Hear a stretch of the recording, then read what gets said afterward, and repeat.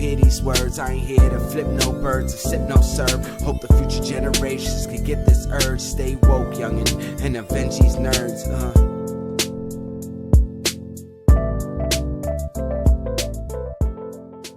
Welcome back to another episode of Nerds of the Rounds, guys. I'm your host, Sebastian. It's your boy Law. Your boy Tone from across the hall.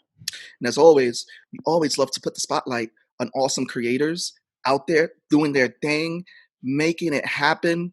So a lot of people know us as a cosplayer. A lot of people know us as a Twitch streamer. A lot of people know her as a voice actress. We want to give it up to AimzTako, a.k.a. Aimee Davis. Welcome to the show. Hey, what's good, guys? Thanks for having me. Yes, thank you for coming on. What got you into cosplay, voice acting, and streaming? What was that journey like? What got you into those fields? I always knew I wanted to be an entertainer, so that came first. Okay.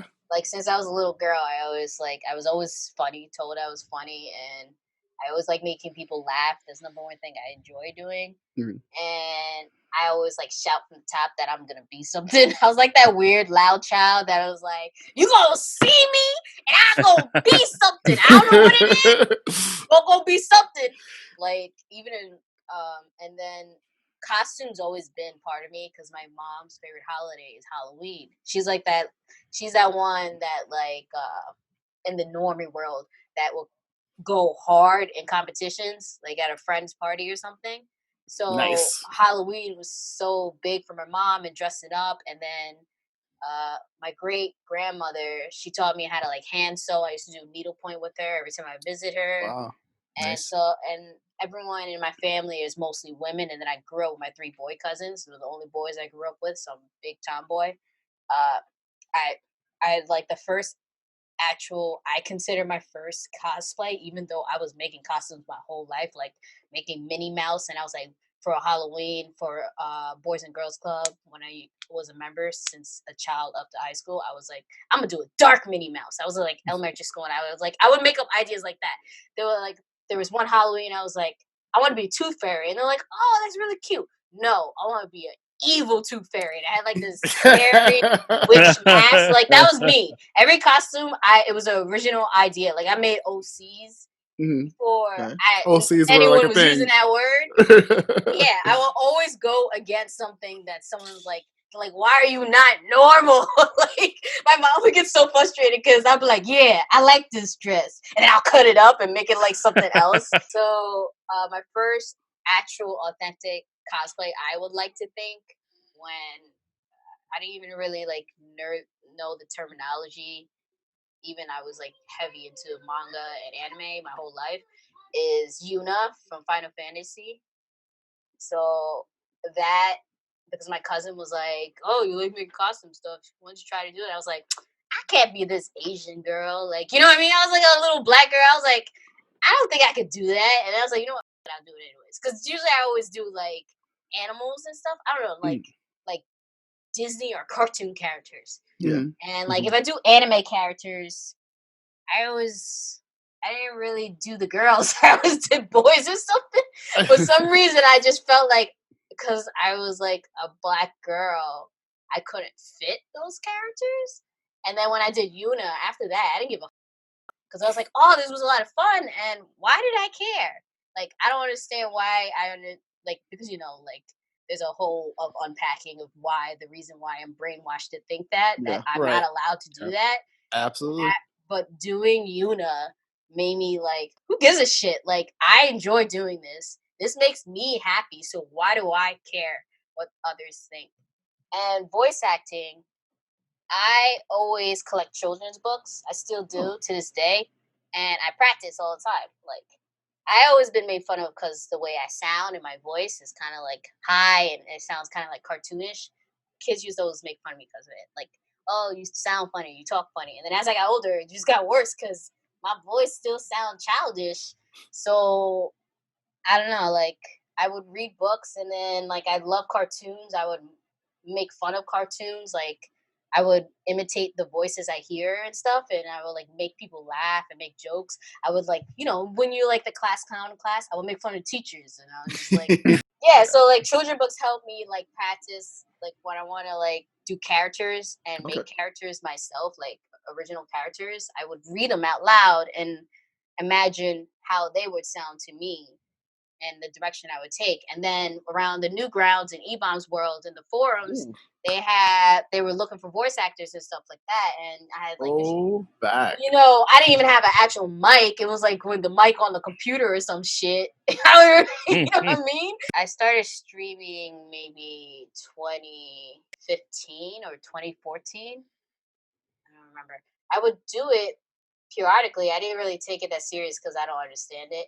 I'm the type of person that's like, if there's so much like information and stuff like that, like when I play a game, I don't read the directions. I just play it. Like I just play the game and then You'll figure it out. You'll be all right. yeah, exactly. And then I'm like, wait, what do you mean you can do X, Y, Z, or blah blah blah? So there was so much about like the whole Twitch system or whatever, and I was like, whatever. So I would just stream. I would just periodically stream and stuff, and I enjoyed it. I wasn't looking to see if I would like ever be partner or whatever. I just like playing video games, and then someone was like, "You're entertaining. Why don't you just stream it?" And then I did it. But then my friend Ian, he just passed this year. But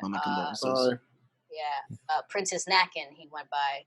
He was the one that was like dead ass, like pushing me like that one annoying friend was like, man, you gotta do this, like, and take it serious because like you really got it there, like I know you can, blah blah blah. Like he was the one, he made my whole Discord, made my whole Discord server and everything.